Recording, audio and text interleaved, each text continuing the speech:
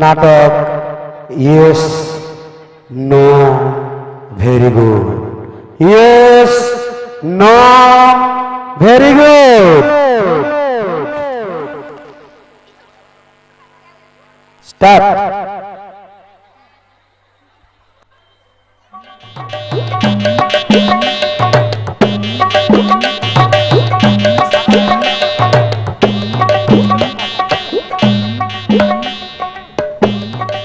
এইবার বুঝেছি। বুঝলেন কি না, মোটামুটি এই বইখান আমার আয়ত্তের মধ্যেই চলে এসেছে। এখন মোটামুটি বুঝলেন কি না, এই গ্রামের অন্যদের থেকে এক উচ্চ শিক্ষিত ভদ্রলোক হয়ে গেলাম। আমাকে স্কুলেও যেতে হলো না, কলেজেও যেতে হলো না। বুঝলেন কি না, এই গ্রামের ওই যে বলাই মাস্টার আছে না, হ্যাঁ ওই যে বলাই মাস্টার, ও খালি কথায় কথায় ইংরেজি বলে। আমিও এখন থেকে আর বাংলায় কথা বলবো না। এখন থেকে সব কথা ইংরেজিতেই বলবো। বুঝলেন কি না? যাই একটু বাইরে থেকে ঘুরে আসি।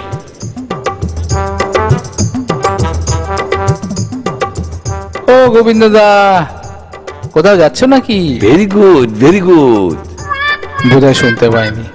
বলি ও গোবিন্দদা, কোথায় যাচ্ছ? Very good very good. এই যে কি বলে কিছুই বুঝতে পারছি না। চলি, এর সাথে বকবক করে কোনো লাভ নেই। চলি গোবিন্দদা। No no. বুঝলেন কি না, এই হলো গ্রামের মুখ্য মানুষেরা। এরা ইঞ্জিরির কিছুই বোঝে না। যাই একটু বাজার থেকে আসি।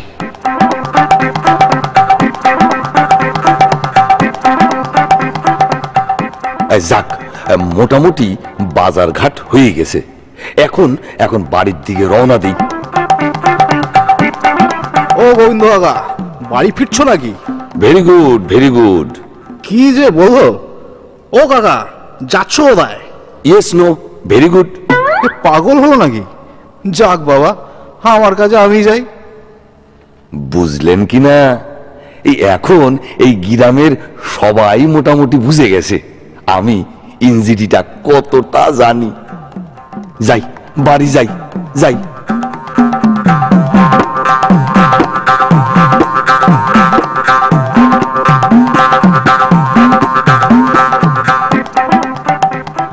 কেমন আছিস সুব্রত? ভালো আছি দাদা। আচ্ছা সুব্রত, তোদের পাড়ার ওই যে গোবিন্দ, ওর হয়েছেটা কি?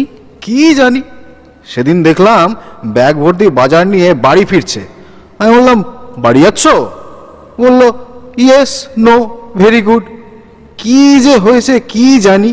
জানিস, গ্রামের সবাই বলা বলি করছে ওনাকে যে যা প্রশ্ন করছে ইয়েস নো ভেরি গুড, এই তিনটে শব্দ ছাড়া উনি আর কিছুই বলে না। লোকটা যে কখন কোন বিপদে পড়ে কে জানে।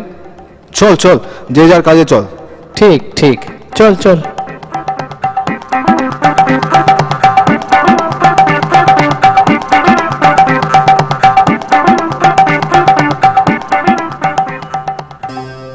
কিরে, কি বুঝলি? আরে খাসা জিনিস জমে যাবে বাইরি। এই শোন, আজ যে খুনটা করবো দোষটা ওর উপরে চাপিয়ে দেবো। হ্যাঁ, দারুণ হবে। আরে আমরা হচ্ছি পাঁকাল মাছের জাত। হ্যাঁ, আমরা কাদায় থাকি কিন্তু আমাদের গায়ে কাদা লাগে না।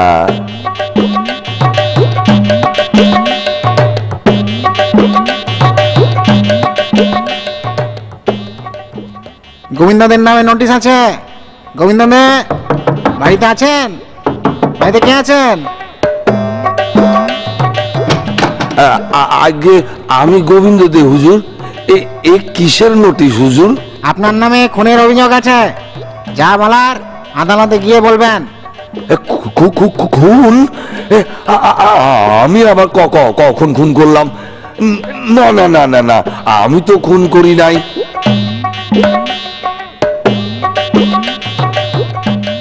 তা যাই হোক, আমি তো ভালো ইংরেজি বলতে পারি। সাহেব যা প্রশ্ন করার করবেন, আমি তার সমস্ত উত্তরই ইংরেজিতেই দেবো। তাহলেই সাহেব ভাববে আমি ওনার মতোই উচ্চশিক্ষিত, আর আমি এই কাজ করতেই পারি না। বুঝলেন কি না?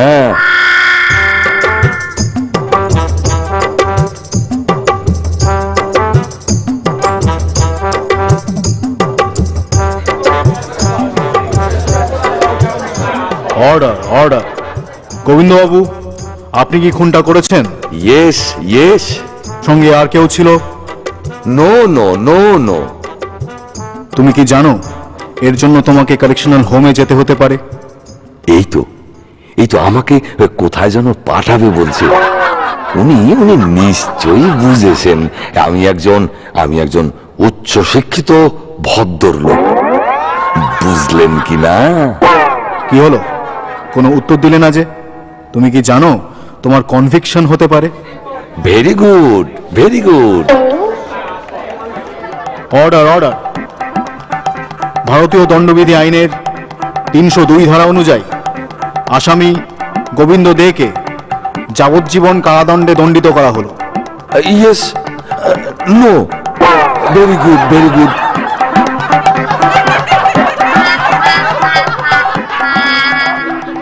ঠিক এইভাবে অল্প বুদ্ধি সম্পন্ন মানুষেরা ভগবানের বিষয়ে সঠিক তথ্য না জেনে নিজেকে অনেক বড় পণ্ডিত মনে করে এবং ভগবানের ভক্তদের অপদস্থ করে, উপহাস করে বিভিন্ন রকম অপমান করতে থাকে। তারা বোঝে না ভক্তদের অপমান করলে ভগবান কতটা অসন্তুষ্ট হয়, আর তার ফলে তারা নিজেদের বিপদ নিজেরাই ডেকে আনে। তাই এখন থেকে আমরা ভগবানের বিষয়ে সঠিক তথ্য সঠিক জায়গা থেকেই জানব এবং ভক্তদেরকে যথাযোগ্য সম্মান জানাবো, শ্রদ্ধা করব এবং কৃষ্ণ ভক্তির মাধ্যমে নিজেদের জীবনকে ধন্যাতিধন্য করে তুলব। সবাই আমার সঙ্গে একসাথে বলুন, হরে কৃষ্ণ কৃষ্ণ কৃষ্ণ হরে হরে, হরে রাম রাম রাম হরে হরে।